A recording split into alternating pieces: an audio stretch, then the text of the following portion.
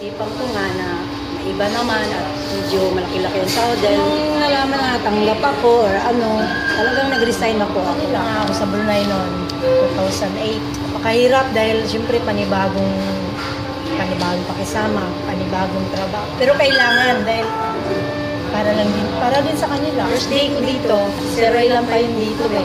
Hirap, dahil daming tao, sir, grabe.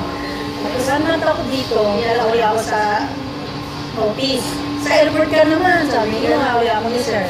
Diretso na yan, sir. Hanggang dito na ako. Araw-araw. Gigising ako ng umaga, 8:30. Ayun. Kape. Ano ng konti. Nood-nood ka ng TV, tapos nililigo na. Pagkaligo, basta yung oras ko parang habol-habol ba. Makeup, gano'n na. Tapos, pasok na agad. Kailangan medyo maaga ang pasok mo. Kasi, siyempre, prepare mo pa. Oras ka dapat nandito? 10 o'clock, sir. Pero kailangan bago. 10 or 15 or 10 minutes. But for bago po, tayo po ng konti. Kahit konting maliit lang na yung fast food. Yung pangarap ko, sir, yung karinderya, sir.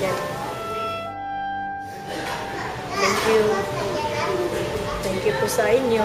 Sa lahat na nakakasama ko. Sa inyo, sir. Ang bait niyo sa akin. Binigyan niyo ako. Nagtiwala kayo sa akin. Binigyan niyo ako na kakataon na pagpatuloy pa rin yung trabaho, paglilingkod ko sa inyo.